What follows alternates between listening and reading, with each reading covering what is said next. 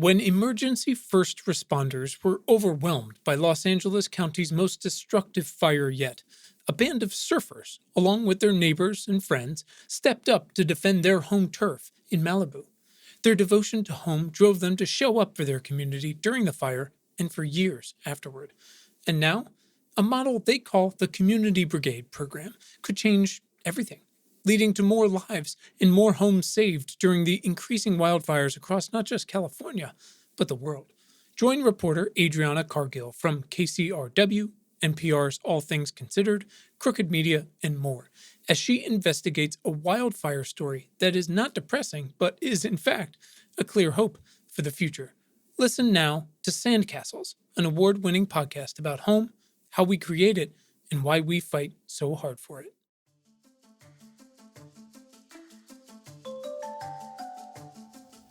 There are times when March 2020 feels like 66 million years ago.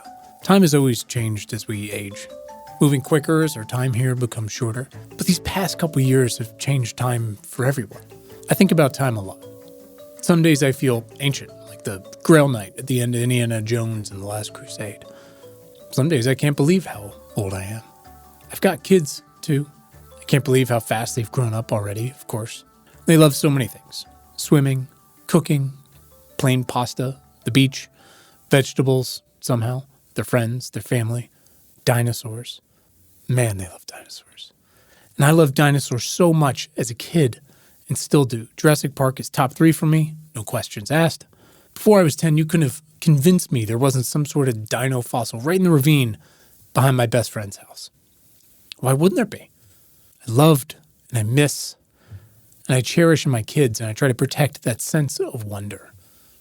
At the same time, I love to challenge and help them think about how long ago it all was, how long it lasted, right? How different the world was, how the land under their feet here on the East Coast was an ocean once, and of course, knowing what we know now, how fast it can all change, how an asteroid or a virus or a fire or a flood can change your life forever.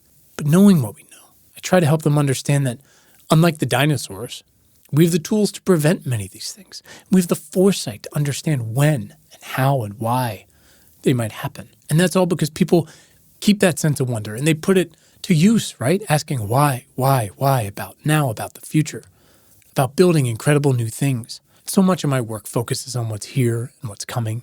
And as much as I've also spent hundreds of hours on a broad swath of recent and ancient history, I know our increasingly complex world, these systems we've built and how they're connected to each other, how they interact, the billions of people on this planet, it all means lessons from a less complicated past can actually only go so far.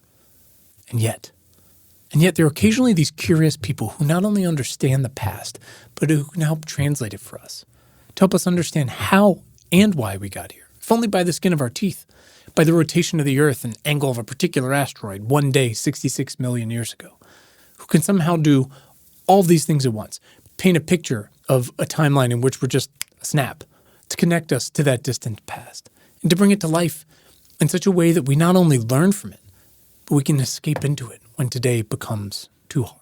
Because as much progress as we've made in these 300,000 years of Homo sapiens, from fire to wheels to meat, agriculture, handwashing, electricity, penicillin, combustion, refrigeration, the internet, we are in a moment when we're challenged, yet again, on a global scale, when things are threatening to come undone because they're so connected. And unlike the dinos, the present and the future of our own making. Things can happen quickly, and we need to understand how that's happened before. My guest today is Riley Black. Riley is a science writer and amateur paleontologist based in Salt Lake City, Utah. She's right in the center of dinosaur country, where she chases tales of vanished lives from museum collections to remote badlands.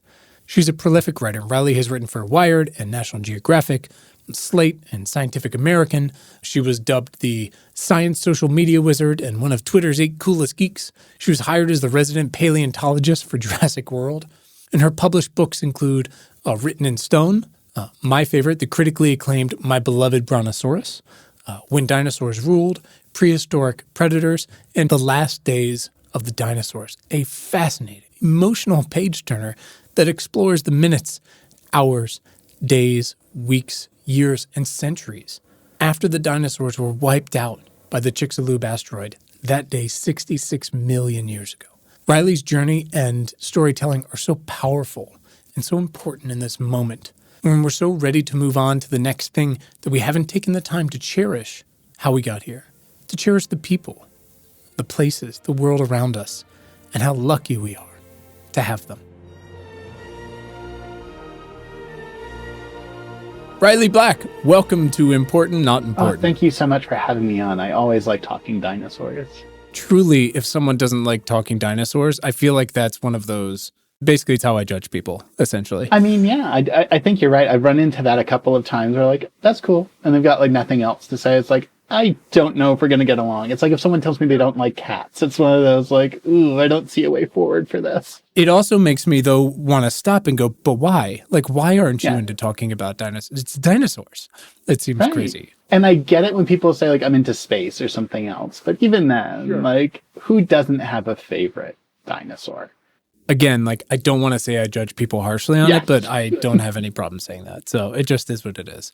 Well, thank you. I really appreciate it. Like I said, huge fan of your work going back. God, my beloved Brontosaurus. What year is it? Well, now it's what, 2022? So it was 2013. So it's almost been 10 years. What happened to time, Riley? You seem very good about writing about how fast time passes. From the perspective of deep time, none of this makes sense. I mean, the past year, we're all owed 2 years back, basically. So it's sort of like, okay, time is relative, and we subtract 2, and then it's like, we're here in this geological moment in time, and that's what I'm sticking with. It's just, I don't need to think about it more than that for a minute.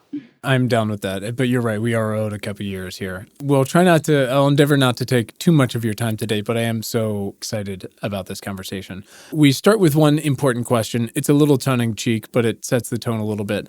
Instead of, hey, Raleigh, tell us your entire life story, as much as I feel like that's kind of what my beloved Brontosaurus was to an extent, at least till 2013.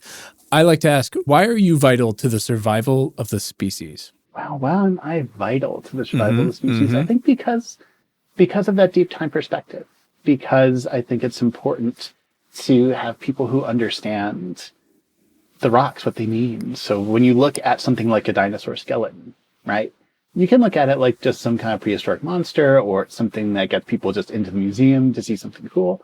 But if you spend a minute with it, and this is like what I spent my whole career talking about and I'm hoping to share with people, a dinosaur skeleton gives you at least 3 fundamental truths about the universe and nature and how it works. One is that time is reality, that there have been millions and millions and billions of years involving life on Earth, involving the formation of our universe, that basically that time is this really expansive thing. And this wasn't just yesterday, that these animals lived a long time ago and we have a relationship to that. So that's one really important thing.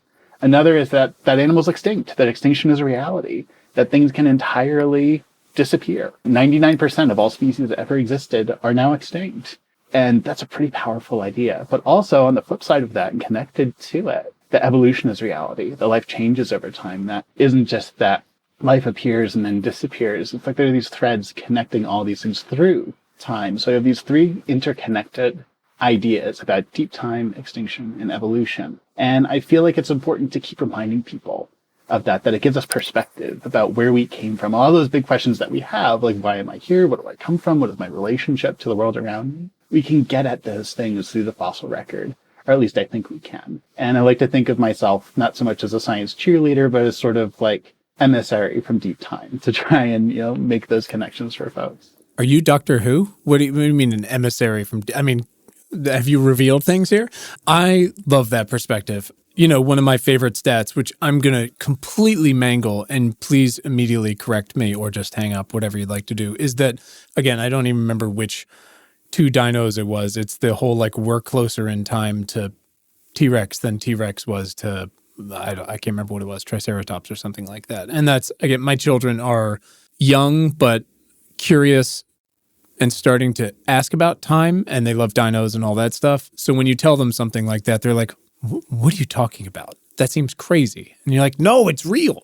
Yeah, I think that's like the sandbox view of dinosaurs, right? That they were all kind of around at the same time in this age of reptiles. And that's how it was presented sort of even in the 19th century, early 20th century, that you had like an age of fishes, Granted, there were things before that. It wasn't just like fish at the beginning. But there, in terms of life on Earth, that there is a sort of not very much going on, then an age of fishes, then an age of reptiles, and then, the age of mammals, and what they used to call the age of man or whatever, which I guess now is the Anthropocene.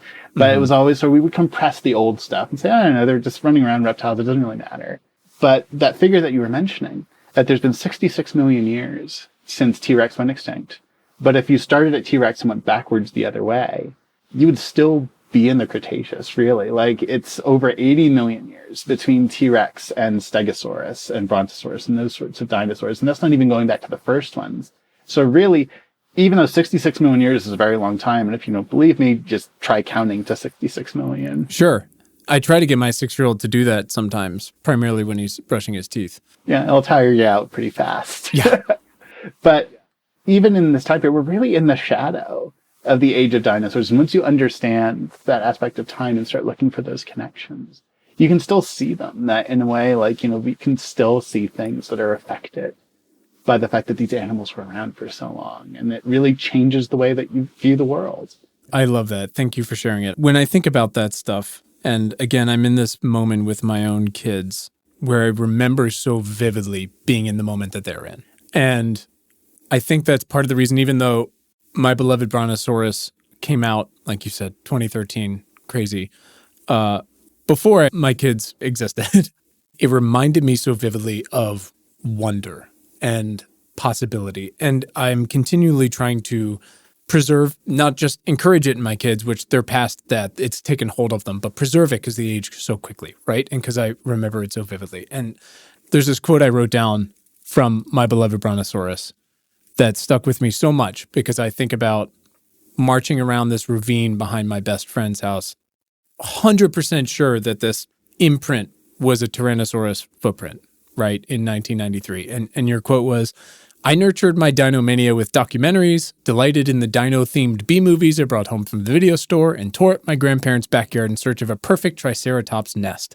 Never mind that the classic 3-horned dinosaur never roamed central New Jersey, or that the few dinosaur fossils found in the state were mostly scraps of skeletons that had been washed out to the Cretaceous Atlantic.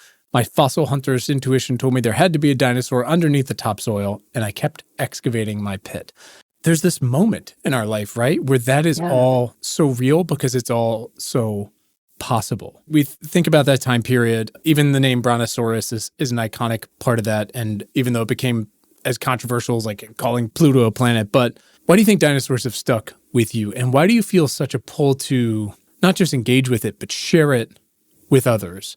Like you said, you're an emissary. There's a difference between research, right, and communications or storytelling, and you keep choosing the latter. Why? It's just something wonderful to share. It's something that I think it goes back to the childhood sense of curiosity that you mentioned. Like, do you remember, and I'm using this in a general sense, not you specifically, although you might have had this experience, when you'd be maybe traveling somewhere, or you go outside to a park or something, and you'd see a really cool bug, or you'd see a frog or a lizard, or you'd see a fish in a stream. And it was this just fantastic moment. You're like, wow, that is another living thing that is very different from me, that's also on this planet. And that nature isn't something that's just kind of like out there. It's like it's here and it's around us. I'm a part of it. I have a relationship to it. And this is, I think, just taking that and bringing it back into the past. And I still get that feeling, really. And that, like, even though my career is in communications, and talking about this science, enthusing over it, I also do the work. I go out in the field and, I've written a few academic papers. I was actually just out in the field at a place called Cleveland Dinosaur Quarry in central Utah. It's this Jurassic Age place. So about 150 million years old. The main attraction is this bone bed that we've gotten at least 48 Allosaurus out of. Their bones are all strewn together. It's not complete skeletons. There's likely hundreds of Allosaurus in this place. But there's at least 48 of them buried here. And we're always looking for new things. And the sense that I get when I get up in the morning, it's before sunrise. I'm putting my sunscreen on and packing my pack and everything else. Like, I feel like all the stuff that I worry about in the office, it just kind of like disappears. And it just becomes like, I wonder what's over there. I want to climb that hill and see what's on top of it. It's the stuff that we not only get permission to, often are encouraged to do as a kid. And we get to touch that again. And I think that's what drives so much of science and stuff, that we can talk about this in terms of like authority and technical language in what we know and sort of who interprets time and what it means. But the driving force behind that, the thing that really connects all this, is that sense of curiosity. And I don't think I really ever lost it. Like I had as a kid, I ran into a bunch of discouragement for one reason or another. I wasn't very good at math. And the idea was like, if you're not good at math, you can't be involved in science in any capacity. That's fundamentally not true. But that's what I was told. I was also told that we have no dinosaurs in New Jersey. Turns out we actually did. But the idea was like, well, I'd have to go to college or something eventually out west somewhere to maybe become a paleontologist somewhere, and that seemed too far away. But as I got frustrated by this, I said, like, I want to look. I want to use this university library access that I have when I was in college to look at the actual papers and books, the things that scientists are saying, the actual information. I don't want to hear it from somebody else. I want to go to like as close to the sources I can get. And when I started doing that and I started learning more, I just wind up with more questions. And I kept coming back to that idea that the questions are more important than the answers. And it's just that sense of like, I want to know whether it's, what this animal was or what it looked like, or even just like, I wonder if there's fossils over there. And just holding that close, I think, has really been the core of a lot of what I do. And I think it's a very human experience, whether it's dinosaurs or space or chemistry or anything. It can be entirely avocational. It's just that sense of just asking those questions and not being so fussed about what the answer is, but just feeling like, I wonder, ... It's such a powerful thing. How do you feel like you keep nourishing that? Is it by going out in the field continuously and reconnecting with it? A lot of it's time spent. So I'm going to borrow something from like that concept of love languages, right? That we all have our own ways that we like to show affection and care in our relationships. And, you don't have to pick just one, but like, I know for me, a big thing is often quality time, right? It's spending time with someone or something that you care about. And for me, whether it's going out in the field and looking for new fossils in a place where I often say I can think my thoughts and feel my feelings. I don't have to worry about like what's coming over email. Sure. I can just be present God. in this place and wonder about what fossils I'm going to find, what they mean, or even just going to museums. And I feel like a lot of folks, they often breeze through museums. It's almost like a theme park kind of experience. And if that's what you want to do, that's great. Like, go for it. But for me, like, I like to stop and kind of sit with the skeletons a little bit and really not even like look at them. Like, I'm not like glaring at them, like kind of squinting, looking for every little detail, but just kind of be present with it. See like what comes from that. What questions do I have or may yet be unanswered, or things that we might not even know possibly. But it's something where I don't know how it is for other folks. This something has to do a little bit with like the fact that like I am a complex PTSD survivor. I am used to going other places in my head as a place of safety. And I know sometimes when I'm with folks, like they notice that I go somewhere else in my head, that like my expression changes or something like that. And I feel like these places to wonder about things and kind of project through time, or at least come up with an image of what it was like or what this creature might have been doing. That's always been a sort of like safe and affirming place for me to go to. So, it's that curiosity that brings me to it. And then it's this sort of, it can be whatever it is that's in my head. And it doesn't have to necessarily be the most accurate thing, the most scientific thing. The important part is that like I'm coming to this with questions. There's a lot of, like you're saying, devices and email and craziness. And the past couple of years have been very hard on a lot of folks. How do we help more folks find safe places like this that they don't have to, like you said, necessarily go to a dig in Montana for? How do we help more people find places like this where they feel not just curiosity, but comfort and safety and confidence maybe?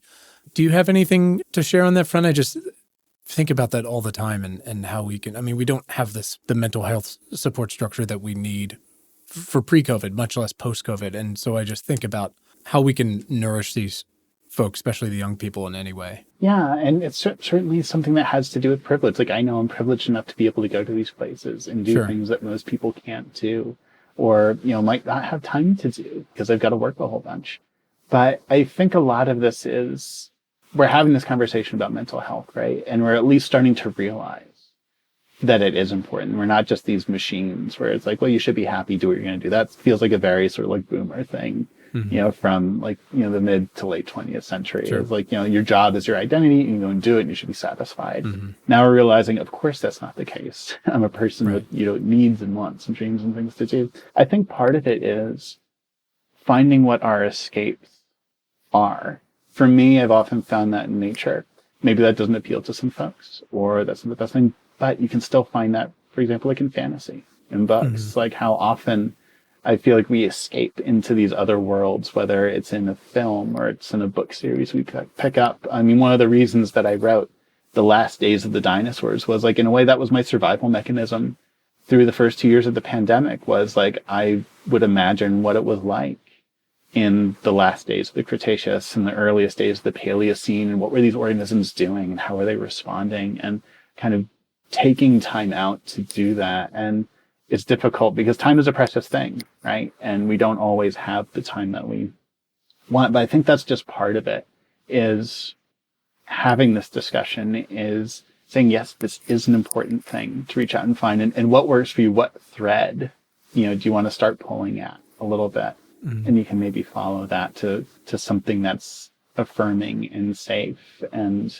having representation also matters. I think, that's so much of the discussion that we have in science regularly, or the people and the scientists that we're seeing put forward. Do they represent sort of where I come from, or do I connect to this? It's something where sometimes I've been asked to be in documentaries, and I kind of debate, should I do this or not? Because it might be the production company hasn't been kind to trans people in the past. And like, am I just a diversity number to them? Or is it going to be important to some kid like me to see someone like themselves on screen and know that they can be there and there is a space? I guess this is a long way to say, like, I don't think there's like a single thing that we can necessarily do, but I think whether it's getting out into nature, losing yourself in the book, even just like sitting down, shutting the phone off and really enjoying that summer blockbuster movie that you like, and being able to think about pirates or superheroes or dinosaurs or whatever it is.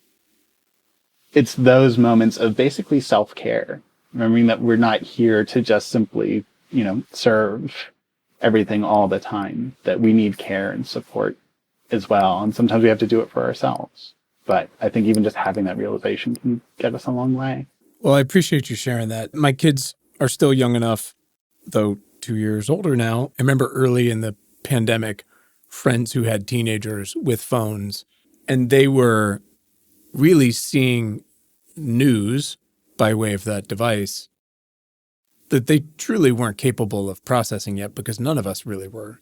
How much nature, which we, really have, on the one hand, exploited, right, and conversely lost our relationship with, of which we're sort of inextricably part of, whether now or 66 billion years ago. But also, like you said, books or movies or whatever it might be, finding ways to help kids, primarily young people, get away from, and look, these devices can be capable, they're enabling us to have this conversation, right? But it can be really hard to draw yourself away, and it can be really hard to identify places that bring you solace and safety and comfort, much less curiosity and questions you want to keep pulling the string on. And I'm the same way. Literally March 13th, 2020, I was like, well, I'm just reading fantasy every night, I guess, from here until, I don't know, until I'm 90, I guess, because it's the only thing that was turning my brain off at night, was escaping to these worlds that were either new to me, which was so helpful in one context, but also fantasy I've been reading for years because it was comforting and I knew it. And I knew within 10 minutes of reading it, I was gone. And I have to say, your newest book made me feel that way too, because as much as like objectively like horrific, almost everything dies, but at the same time, oh my God, the way you were able to transport us to this time, which obviously you spanned over the course of the book, and with the detail you did, was magical. So anyways, I was thinking my kids, they don't get too much screen time. Speaking of that, there's this app they've got, and I don't remember who made it.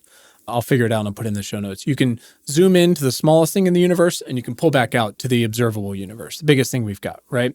And you just realize we are this tiny little blip, whether we're talking about size, right, or we're talking about time. Like you said, the asteroid hit 66 million years ago. Dinos around for 200 million collectively, something like that. We're a blip. Homo sapiens has been around 200,000 years, right? 300,000 years. It's nothing. Like you said, we're the shadow. We're the aftermath. We're like the rebound relationship of dinos, sort of. You chose so specifically in the book, mostly to seat us primarily in this one spot, right? To watch the world change over millions of years from Hell Creek, which was subtropical, like a nice beach for the Western Interior Seaway, like what it was. That was a storytelling choice. Why was that your mechanism to take us into what happened? So much of what we understand about the KPG extinction, about the impact and its aftermath, it comes from Western North America. And it comes from this particular area of Montana and Dakotas, also in Colorado and Utah, but where you have kind of the before and after snapshots, where you have a pretty good record going up to the basically impact boundary that we can identify because it's full of, debris and sort of stuff that was thrown up into the atmosphere and came back down from this impact. And then right on top of that, the fossil record just continues. So we get the next million or so years directly on top of it. So we can track, okay, who has survived, who went extinct, what are the sort of conditions between, whereas other places on the planet, we might only have the before, or we might only have the after. And it becomes much more difficult to sort of piece together that story, in a sense. And I try and do that a little bit at the end of each chapter. There's a little coda where it's like, kind of like elsewhere on the planet, whether it's like India back when India was an island, or in the middle of the ancient Atlantic Ocean. All these other changes that are going on that kind of remind like this is a global event. And we're kind of looking at it through this pinhole. And part of that narrative choice, rather than to kind of do the science journalist thing and say like, I'm going to talk about all these different papers and all this different research and discoveries all over the world and try and synthesize it into kind of this little like nugget at the end. I wanted to do something a little more narrative because in a sense, that's what being a paleontologist and looking at deep time kind of is. It's kind of like trying to see the world and the world over time through this little pinhole view that you really have to like squeeze up close. And then like, you're not entirely sure always what you're seeing. You can tell that something is there. This isn't all that different from a metaphor of like in the 19th century, you had people like Charles Lyell and Charles Darwin saying, you think of deep time as a book. It's a book that's missing a number of chapters. And even the chapters you have, you're missing parts of paragraphs and sentences and words and punctuation. You have some, and there's enough to sort of get an outline of who the characters are and how the story is going over time. But we're always missing something. So I felt like this was the richest source of information that we had.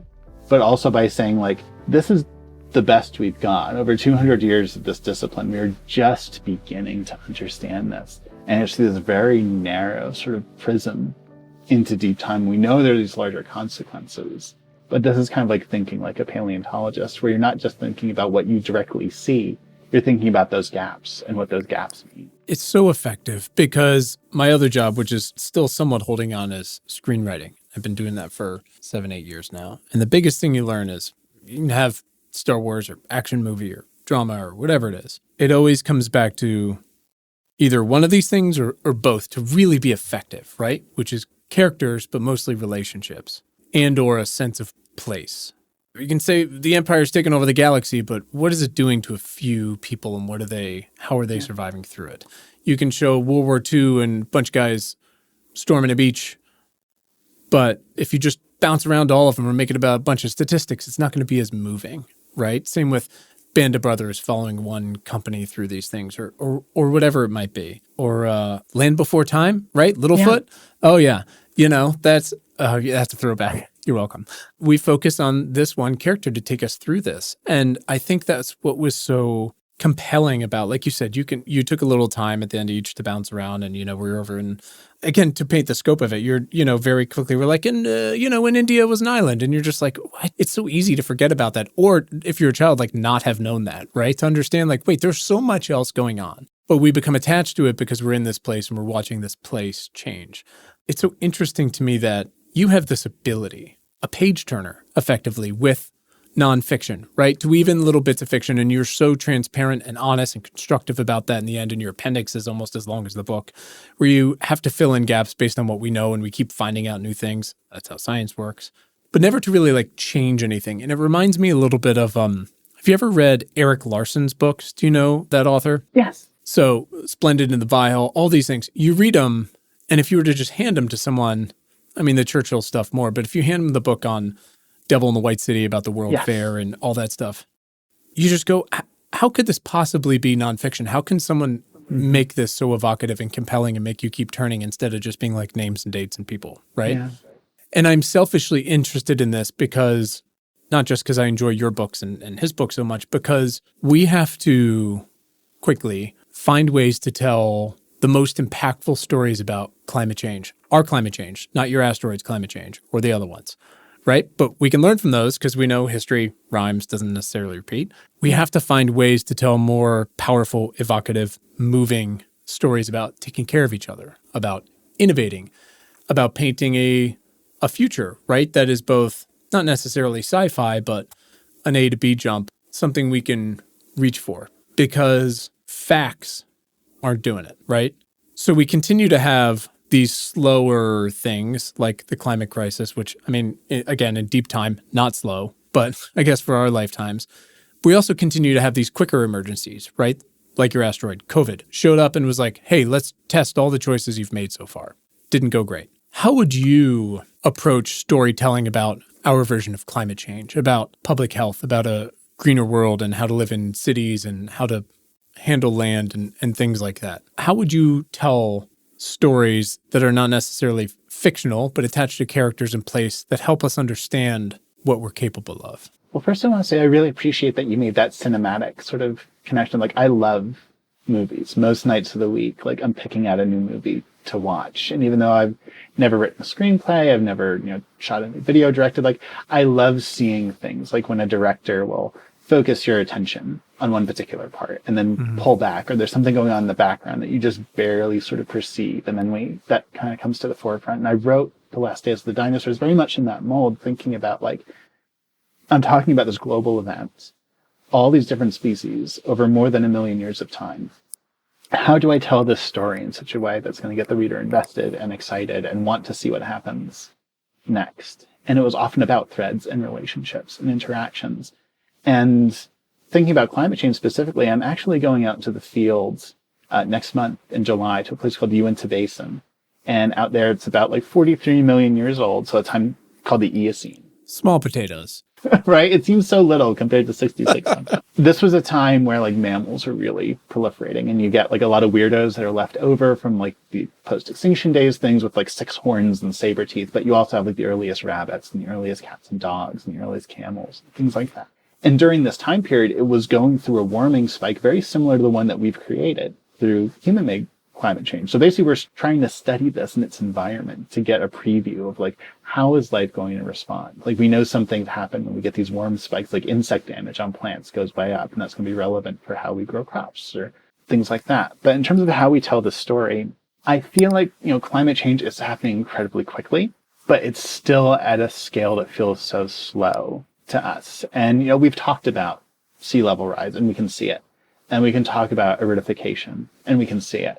And yet that's still not enough. And it has to do with this idea of, like, deficits. In science communication for a long time, I came up in the days of blogging. We'd often have debates and discussions and kind of get into each other's comment threads about this, about the best way to communicate science. And the deficit model says, like, well, people just don't have the knowledge. If we just told them this is what's happening, they go, okay, thank you, scientist. Now I understand. I will vote Democratic forever, or whatever the outcome that we want is. But it doesn't work that way. There's so many filters that things come through, especially now as media is so fragmented, that we need that emotional appeal. It goes against what you're taught in, like, your English comp classes in high school and college. Or journalism. Like, yeah. Use those emotional appeals sparingly, carefully. That's not being objective. But I feel like that's what resonates with us. That's what we love. I mean, pop music is popular for a reason in that we 100%. relate to relationships. Sure. And science communication is no different. So I feel like if I were to approach this story, if I were to write a book about what's coming with climate change, I might actually take a similar approach to what I did with The Last Days of the Dinosaurs, where I feel like if I tried to tell a story of someone, like, in this present moment now, a time ticking along as it does for us in terms of seconds and hours and days and months, that would be very difficult to do, because I feel like it'd be difficult to capture that sense of urgency in what's going to happen. I think what I would do would be take something like 1,000 years or 1,000,000 years, start in the now with what we know, and then take the next logical step with the predictions, and then just keep taking one step further and further away from different people's perspectives in different parts of the planet. Because I think that's part of what we're often missing, is people going like, well, I'm not affected. I like the warm winters or whatever it is. Meanwhile, there's somebody who can't get water, and we don't know their story. So I feel like, especially since it's about humanity, it's about all of us, it's about our planet. It reminds me of the movie Contagion, where that was a relatively small group of people that we were tracking through it, and it was very America-based. You can do something like that but I think expand it geographically and temporally and start to explore it that way. And how is this going to affect different people in all sorts of different backgrounds, whether that's a farmer or someone on the hill who does policy or a scientist or someone living in the suburbs or whatever it is. But I think it's forming that relationship. It's basically making that emotional appeal and finding some intersection. Because like you said, just saying like, well, this is the science, we know this is happening and it's going to be bad. It not only just, a lot of people aren't going to hear it, but it can also easily feel defeatist. And that's like even my own book, Last Days of Dinosaurs. Yeah, it's about death and grief and loss. 75% of known species disappeared virtually overnight. But it's really a story of resilience. Like, what happens next? How does life come back from this? How does life thrive? And I think we need at least some amount of hope, even if it's just hoping that hope exists. Sure. Because otherwise, what's the point of getting out of bed in the morning? So that's the way at least I would approach it. Fully get it. I've mentioned before, I'm incredibly privileged, straight white guy, can afford to do this job. And yet, my entrance into this, doing COVID and climate and all these antibiotics, whatever, not necessarily just bad stuff, cancer too, but we're making incredible progress on these things in the brain and whatever. Yeah. There's definitely been times where my wife has find me under a blanket on the couch hiding, and she's like, oh no, this is not a good night. Not great. Oh, I hear you. I mean, we were talking about that with phones a moment ago. Like, it's difficult sometimes to balance being informed with taking care of yourself. Like, especially in this past year, like in my own experience, like as a trans woman, like there have been hundreds of transphobic bills. Like there are people who are running for government who are saying that people like me should be executed. And that's every day. And I want to be aware of these things and know how I can make a difference, where to push back, how I can help my community, how I can help change people's minds. But if it's just basically taking in the bad news and then outputting, it's like trying to filter sludge. Yeah. And we do need to find those good things, those reasons for hope and connection. And I think community, especially when we feel like the agencies that we depend on, these big government edifices or even scientific edifices are not doing enough. They're not moving fast enough. And we can do very little to change what they're doing, that they don't hear us. Well, there are people around us who care and that we're connected to. And I think that's a lot of what's seen humanity through so far, is that build these senses of community. And yeah, when I have my own blanket over the head sort of moments, that's what I try and remember. But you're right. It comes down to relationships, right? And I guess that's one of the things that was so difficult about in the early days of the pandemic, when the answer was, all we got is stay home. Yeah. That's what we got. And that's very hard because we're a social species on itself. I'm an introvert who's kind of been training for quarantine for 10 years. But on the other hand, it removes the ability to have those relationships, right? And again, it's a semi-ridiculous metaphor, but being in Hell Creek, right? It's the animals that survived, the plants that survived or changed or evolved, it was because of relationships, right? That's what an ecosystem is. And it seems to me if we're going to tell stories about the future, the present and the future, it has to always come back to those connections of, it's me and you, it's me and this nature outside of me. If I'm so privileged to have access to it, it's me. And it's easy to read a headline about the ocean's, acidifying. And you're like, I live 700 miles from the ocean. Like, I don't think about it. It's like, well, it affects you, but how do we tell that story? How do we make it impactful?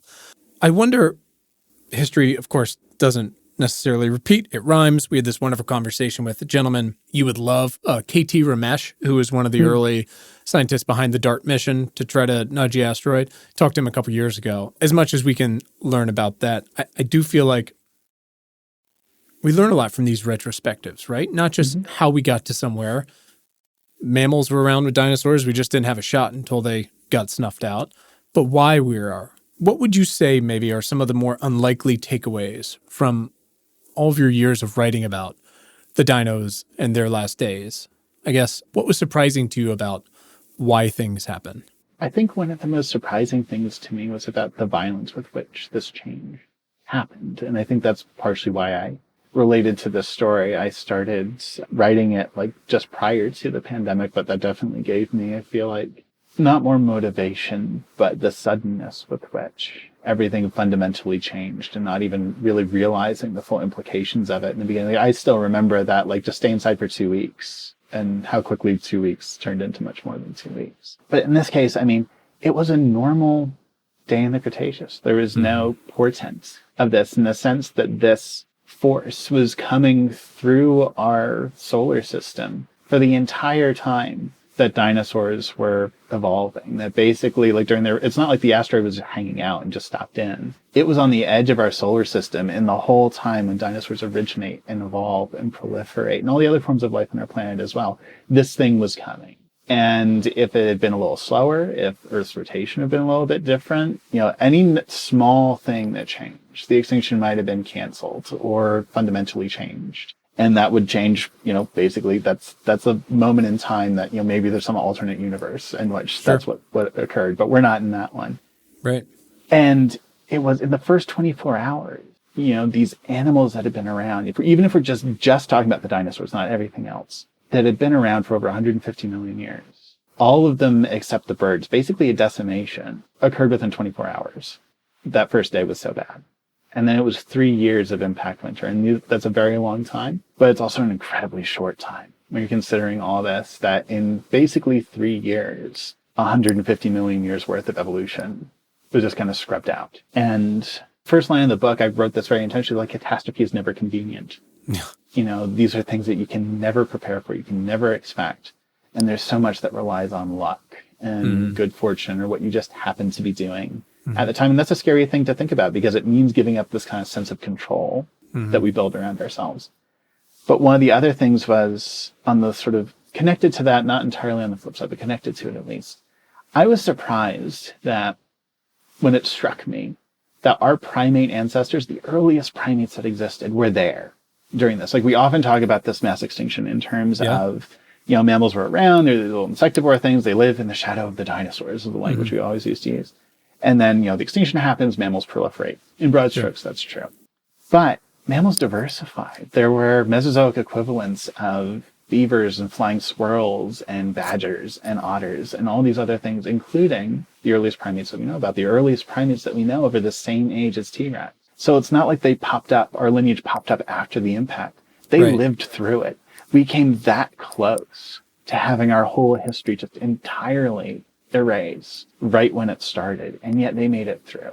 And we don't know entirely why, but they did. And it changed history fundamentally. And it's this bittersweet moment. I think that's the thing that I just kept coming back to. It's difficult to find the right word to it, and bittersweet is the closest, at least in English, that I've been able to find, that we miss our dinosaurs. We miss life as it was before, even if that didn't necessarily include as we are. But we miss them. We keep going back to the island, to make a little Jurassic Park reference. But if they had remained, we wouldn't be here. And it really is the sense of missing something that, if it still existed, it would negate our own existence. And it's this weird little inflection point in time. And I think it's just a powerful reminder of just, like, this is time's arrow. This is history. What has happened, it can't be undone. But the moment that we're in, that's where those seeds live. That's where those little seeds of hope are. And we don't know what's going to look like 10, 100, 1,000 million years from now. But it's just all these things we can look back on and, like, kind of paint this picture because it's in the past. But at the time, it was just moment to moment to moment. And some moments are not so great, but through all of them, there's opportunity, there's hope, there's something that can come from it. And I think that's what really drew me to this story during this particular time, especially.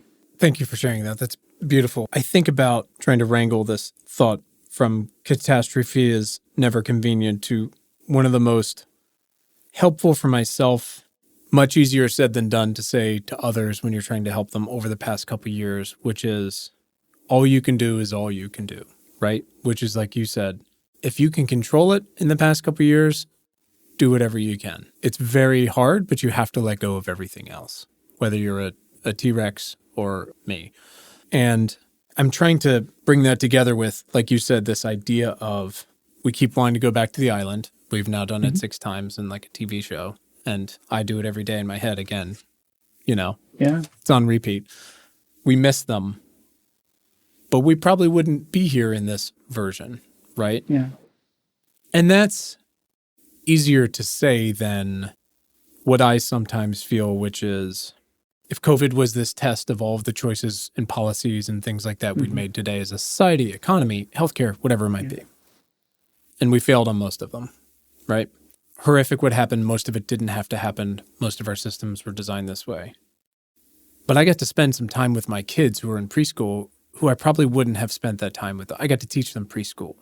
And that's time that I probably wouldn't or couldn't have made. Mm. And I wouldn't trade for anything. Yeah. But what caused that is horrific and horrible. Yeah. And I was so privileged to be able to avoid that. And my point is, it's much easier for us to say, right? We miss the dinos. Wouldn't it be nice? Hey, maybe we'll bring back some mammoths, and maybe we can make it work if we put them on an island. Versus that, but it's uncomfortable. I don't really know what the point is, but it's this idea of, but we're just going to continue to have these trade-offs, right? Of sea level rise and fires and heat and all these things, but also what happens, like the transition of the car industry when we make everything electric. What happens to the hundreds of thousands of people that do car repair on belts and things like that don't exist? They're not going to have jobs anymore. Yeah. The transition is going to be rough, but the cleaner world we're going to build on the other side. I don't know. I'm trying to pull this all together and I'm failing. It's something that I definitely dove into therapy with both feet, and something that I deal with a lot of was grief. And it's something that I feel like often we are taught to, like, grief should be avoided. Grief and loss should be avoided at all cost, rather than like, this is part of life. And there's going to be loss, and there's going to be damage, and there's going to be trauma. And sometimes it sticks, like the traumas that I've been through. It's not like I don't think of those things anymore. They don't come up, or I never get triggered. Now I know what to do when it happens. But that is part of existing. It's part of the risk, I guess, of being alive. And like you said, we can find sort of beautiful things in the shade. In that, so I'm going to bring this back around to like the beginning. You were talking about my beloved Brontosaurus, right? Please. So I've been with my partner now for 3 years. And the whole reason that we got together was I wrote my beloved Brontosaurus, and at the time I was still married. And unbeknownst to me, years later, Splash, who's my girlfriend, she was in a library in Raleigh, North Carolina, and she was looking for dinosaur books. She picked up Jurassic Park, and she picked up something else. And then she said, like, you know what, that book looks interesting. And I get that one. It was My Beloved Brontosaurus. She actually put one of the other books back, not Jurassic Park, whatever the other one was.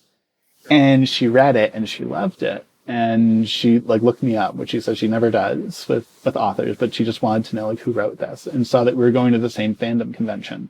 And she came and we met. And at the time we couldn't get together. We were both married pretty unhappily, but by the time the next year rolled around, we both divorced, and we ended up talking about dinosaurs. And then it just kind of grew from there. And then, you know, she moved in 5 months before the pandemic started. We had a long distance relationship between Salt Lake City and Raleigh. And it was one of those moments like, well, we're about to learn a whole lot about each other in a very short amount of time. Are you ready to have to be married for 10 years once these 2 years are up? Right, exactly. If those things hadn't happened, if those happenstances hadn't occurred, or, you know, we had decided not to make that move because it just wasn't the right time, or whatever, I don't know what would have happened in that case. And like, even though it was very difficult and in a lot of ways terrible living through the pandemic and all the things, like she lost her job, I lost one of my jobs, like all these things that transpired, but we still had this connection together. It was this little crucible that otherwise, like, we might not have gotten that time. We might not be where we are now if these hadn't happened. And I'm not trying to say at all that the pandemic was like a good thing or whatever, but it's finding that seed bank. You know, I write literally in the book about, you know, the Cretaceous extinction, how there's the seed bank that's in the soil that's safe because it's insulated from all the heat and the fire.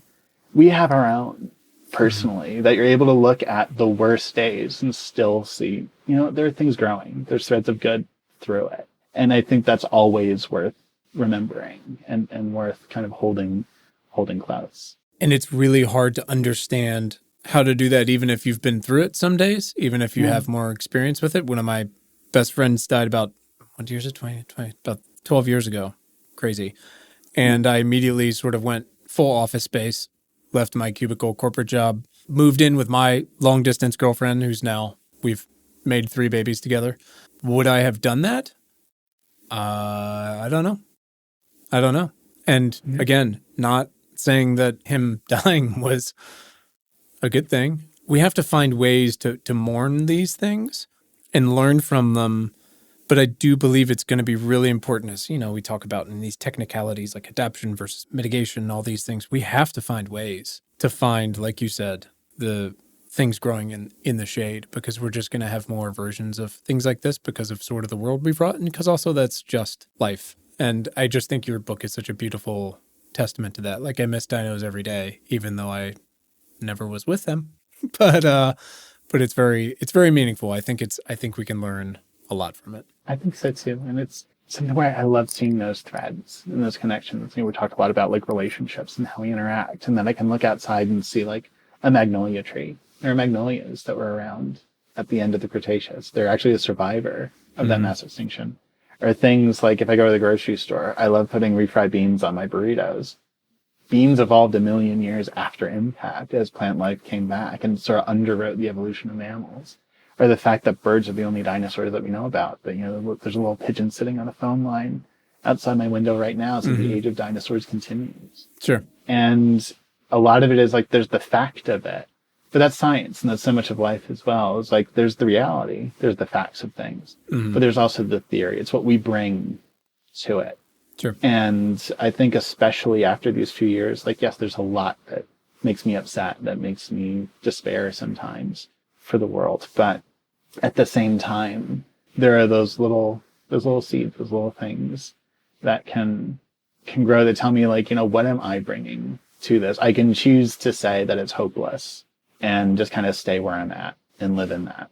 But I would like to think that there is somewhere that we can at least try to get to. Maybe we won't, but at least want to try. That's better. And whether it was 66 million years ago or now, that's that sort of moment where I wish that this weren't so perfect. I wish I didn't have to keep going back to Ian Malcolm for everything. But life finds a way is one of my most favorite phrases. It's so good. Yeah. It's so good. Well, the past 2 years at times has felt like 66 million years, and also like 6 weeks. I don't understand it. Riley, I don't want to keep you forever here. This has been wonderful. I really appreciate it. I want to talk about some action steps. So as we like to say, sometimes that's very technical, some lab research or calling your congressperson, whatever it might be.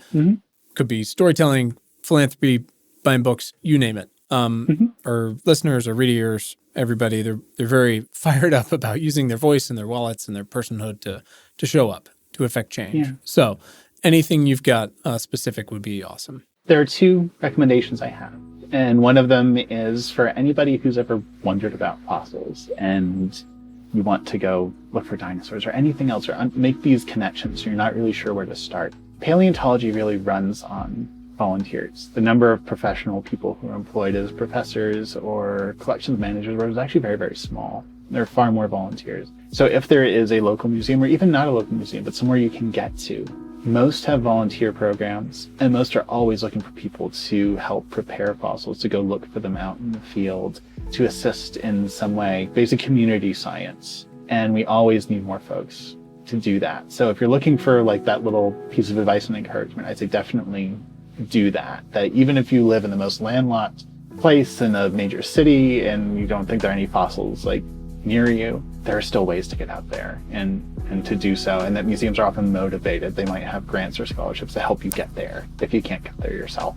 Cool. And I think that's important, to continue to share this knowledge and make it that this is a community science, that we're doing this together and it's not just coming down from on high. And awesome. The other is that, especially now, it's been really difficult seeing a lot of what many people might consider reputable news sources like the New York Times or the Guardian or the BBC or the Atlantic publish a lot of transphobic articles, a lot of misinformation, that the kind of, we're in the age of I'm just saying, and that is not what we need at all right now, especially when trans folks are so under attack, really, and that we still have to deal with issues involving homelessness and suicidal ideation and all these sorts of things. And the biggest thing is, like, it can be difficult. We're not our own government. We don't have one specified leader. We're often all on our own doing this. And the biggest thing I'd say, like, on whatever social media you're on, if you're not already, follow some trans folks, especially trans folks of color, and just listen to them. You don't have to respond, you don't have to comment, you don't have to argue, but just take a little while to listen to what our experience is. Because I think that's what helps create so much change, is empathy. It's understanding that even though if we might seem to be going through something that it's very difficult to relate to, or it's outside your experience, I guarantee you there's so much that's shared and that we have more in common than a lot of folks think. So those are my 2 recommendations. Go volunteer for a museum if you can, and take a second and listen to trans folks. Awesome. I love those. And obviously, folks, pick up My Beloved Brontosaurus and the Last Days of the Dinosaurs. They are just tremendous. Riley, last couple questions. They're very quick. Then we're out of here. When is the first time in your life you realized in the moment, hey, I've got the power of change, or me, my little crew of Goonies has the power of change, or to do something meaningful? When did that kick off for you? It's difficult to think of the first time that happened, because as a writer, you're often very isolated. You're kind of creating these things and you're putting them out into the world, and you don't know who's reading them. Mm-hmm. But there was a particular piece that I wrote for Sierra Magazine, and it was about basically the early days of my transition and going out into the field and kind of relating to the rot record, this idea of overburden, all this time that's over the fossils that you hope to find and wonder about, and how my life up until that point, the 35 years until then, felt very much like overburden. And this is what I put out there. I didn't think anyone was going to like it. But the responses that I got back from people saying that they understood that, they found hope in that, they identified with it, that there were these invisible sort of connections that came from it, and they felt more motivated to be themselves and meet the world in their own way. That really stuck with me, about how important sometimes that little bit of vulnerability is, like how it generates reciprocity. Sure. And that's such an important thing to me, is that I'm going to share this little bit with you, mm-hmm. and maybe you share a little bit back. And then that starts to build and do something good. So that's probably the most powerful time that I've had, where I realized like what I'm doing can make a difference for somebody. I love that. Thank you for sharing that. Riley, who is someone in your life that has positively impacted your work in the past 6 months? Bethany Brookshire has been a good friend of mine for a very long time. She's also another science journalist. She used to write for Science News for Students quite a bit. Now she's freelancing. She's got a book coming out later this year called Pest. She's basically been like, if you go to the gym, you have like accountability buddy or something like that. Uh-huh. She's that for my writing, where whether it's a good day, whether we've got something to celebrate, or I'm just like, I don't know how to crack this chapter. Maybe I should never have written anything at all. Basically, we're walking on different paths, but we're walking kind of together in the same direction. It's like if you're walking through a field and you've got your own trail and they've got theirs, but you're still within like speaking distance, mm-hmm. and you're moving together in that direction. She has been just such a wonderful friend and just an exceptionally skilled writer. And I'm glad that we can kind of lean on each other when we need to. That's awesome.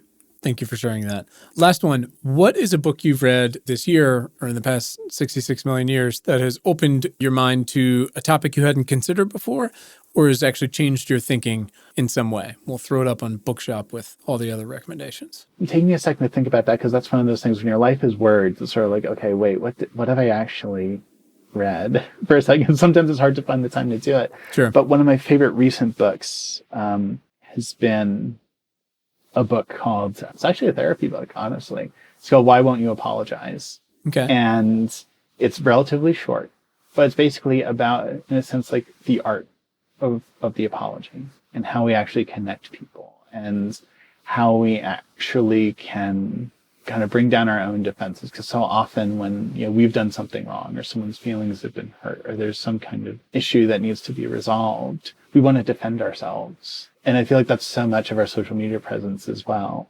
is if somebody takes something poorly, or you make a mistake and you start to see those replies or whatever show up, and the first instinct is to kind of like circle your own wagons in a sense. And this book, it really like changed the way that I think about how do we approach these difficult moments, these moments of tension, and how far can we apply that, where it's not just everyday things where you hurt your girlfriend's feelings or something like that, but just even out in the world. And how do we generate that sense of empathy, like those moments of like the greatest tension being also some of the greatest opportunities to mend and to come together. And that one was definitely really important for me. That's an awesome one. I will definitely check that out myself. Can always get better about that. Last one, Riley, where can our listeners follow you online, should they choose? So I'm on Twitter at Laylaps, which is spelled Laelaps. I also have an Instagram account that I keep meaning to do more on. And for just general news about books and things like that, RileyBlack.net is my website. And I also have a contact form on there if you want to reach out. Awesome. I can't thank you enough for your work, for your passion for dinos, and sharing it with everyone. Like we said, that's two different skills, but you marry them together wonderfully, and we're all better for it. So thank you, and thank you for your time today. Really appreciate it. Thank you so much. This has been wonderful. And hopefully, I'm hoping to get started on the next book soon. So hopefully I'll have more reason to come back and talk about more fossil time. Heck yeah. We will always have you back. I really appreciate it, Riley. This has been great. Thank you, Quinn. And that is it. Important Not Important is hosted by me, Quinn Emmett. It is produced by Willow Beck. It is edited by Anthony Luciani, and the music is by Tim Blaine. You can read our critically acclaimed newsletter and get notified about new podcast conversations at importantnotimportant.com. In fact, there you can also find fantastic t-shirts, hoodies, coffee mugs, and other things. You can send us feedback. I'm on Threads at Quinn Emmett or at ImportantNotImp. I'm also on LinkedIn. We're not really doing Twitter anymore. If you're interested in sponsoring the show, you can also go to importantnotimportant.com. Thank you for listening, and thanks for giving a shit.